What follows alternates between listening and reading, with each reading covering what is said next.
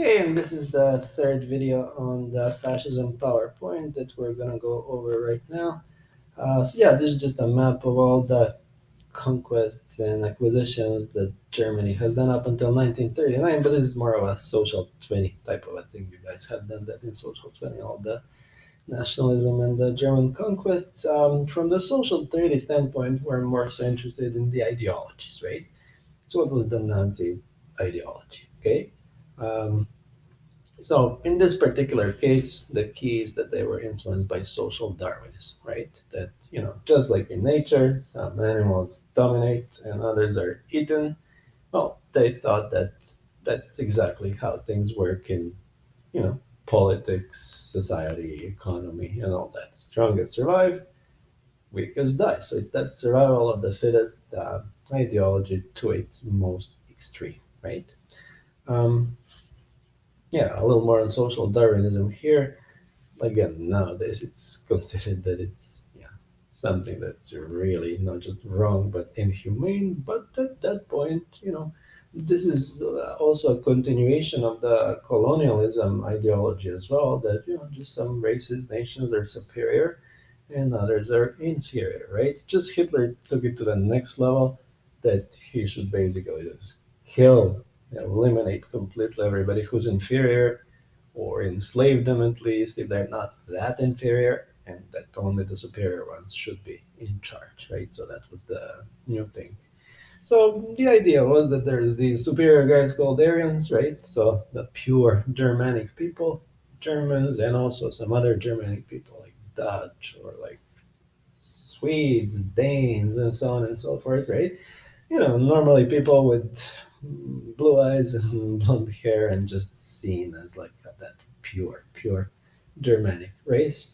And then that some other races, like for example, Jewish people, obviously, right? But also some other ones are inferior and they just do not have a place to live at all. Um, so how did the Nazis rise to power then? Um, just as we've discussed already, so in the late 20s, they were just like building up their ideology, their party platform, their support base, and so on. They were just like saying, we're focusing on traditional values, communism is bad, militarism is good, just that reactionary attitude. Everything that Germany was all about in the past is great, and everything else is horrible, right? So we just need to go back to how things were in the past, right?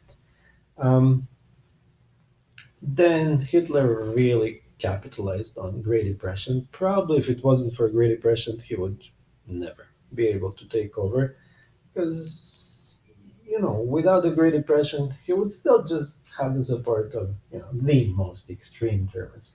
But during the Great Depression era, even the more moderate Germans started saying, like, wow, this guy might be right that, look what's happening now. Like, everybody's unemployed, inflation's crazy, and communists are about to take over, and there's all these unrests and just a complete chaos. So maybe this guy who's claiming he can reestablish order is not that wrong about that. He has some other crazy ideas, but maybe he can really like bring order back and fix the economy and all that. Okay. So, eventually, again, he wins the election, and then after that, quickly is going to ban democracy and transform Germany into completely totalitarian state. Some events that I'm going to go over here, not in a great detail, but just to mention them.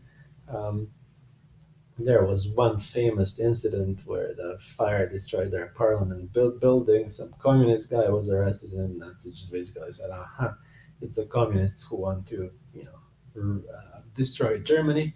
So they started bringing laws. And this was just one in the series of many laws that are going to completely change Germany and make many things illegal and discriminate against many people and so on. So, for example, the Reichstag fire decree and the Enabling Act.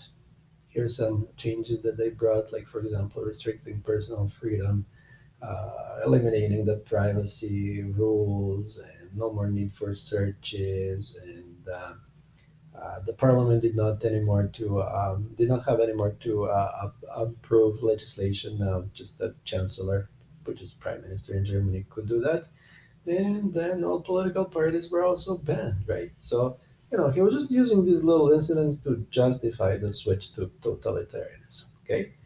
Um, there was some opposition to Hitler in the beginning, like especially from the paramilitary forces that he used to use before to come to power, but who he now saw as a threat to him. So he needed to eliminate those guys as well. And there was again another famous incident called the Night of the Long Knives, when Hitler just basically said, "Yeah, USAs were useful in the past, but now switching to something called SS, another paramilitary unit, but the one that's kind of like loyal to me. It's just gonna help me eliminate those previously loyal guys to me." So that was the Night of the Long Knives. This is where Hitler was actually really successful, and this is where he bought the support of moderate Germans. He really managed to fix the economy. Like this is just like beyond any doubt. That economically, he did a great job. Again, obviously, socially horrible job, politically horrible job, internationally, human rights. That's all bad, bad, bad, bad, bad. But economically, though, he really reacted well to the Great Depression, and he was just a Keynesian. Okay, if you take a look at all these details here as to what he was doing, this is exactly what Roosevelt was doing in the United States. Okay, so just like creating a lot of jobs for people, tackling unemployment, and then people start consuming again, and the economy comes back in action. So this is just the German version of New Deal, essentially.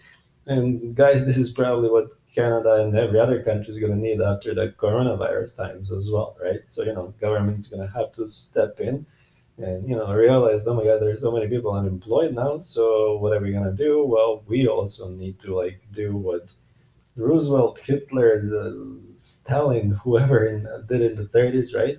Which is again turning towards you know again the Keynesian ideas, the New Deal type of ideas, where government is going to step in, create jobs, hire people, then those people are going to start spending, and then that's going to get the economy going.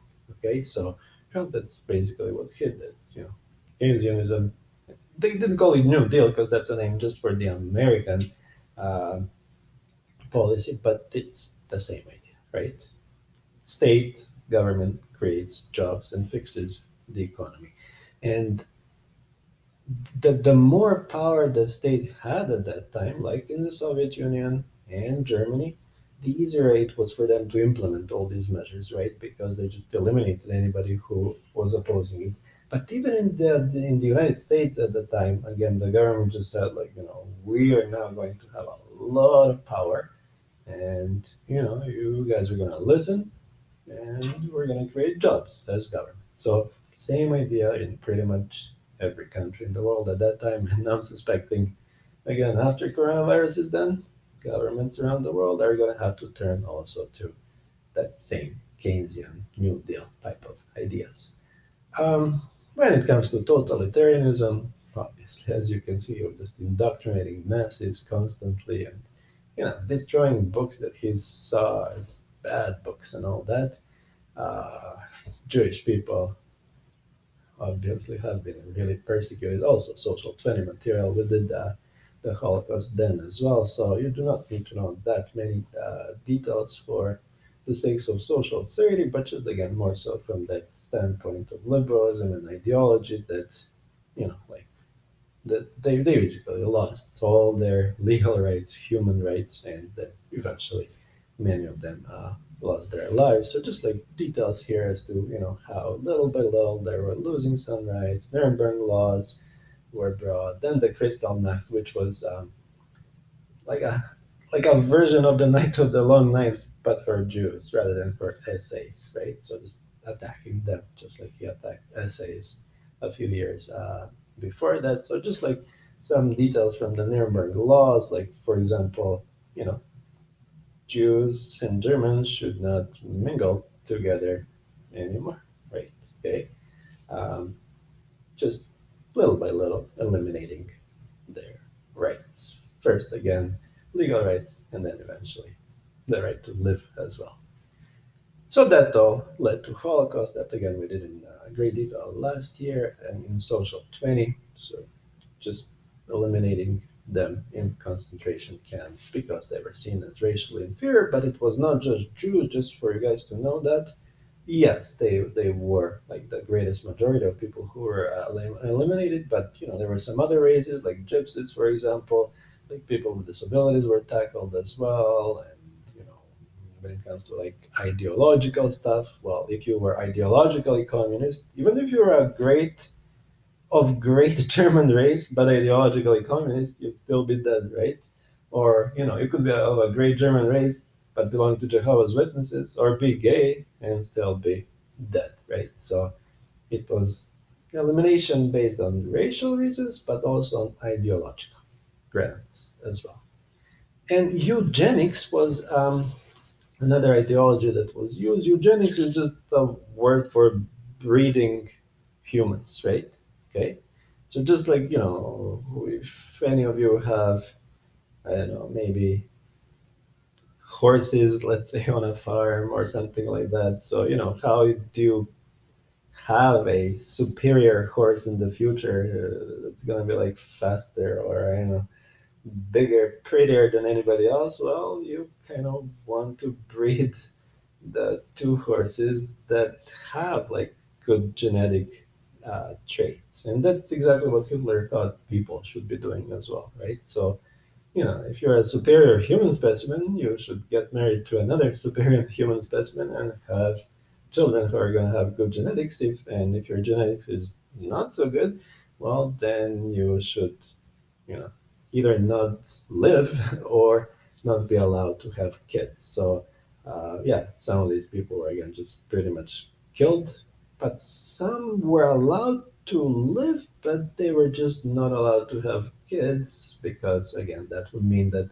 they're passing on the bad genes to the future generation. So that's the whole idea of eugenics. And this part is, again, something that we've done more so in social 20. So just how eventually Germany took the world into World War II. And it's just like a review of the techniques that Hitler was using to establish that full-on control. So, force, terror, indoctrination, controlled participation, direction of popular discontent, and all that.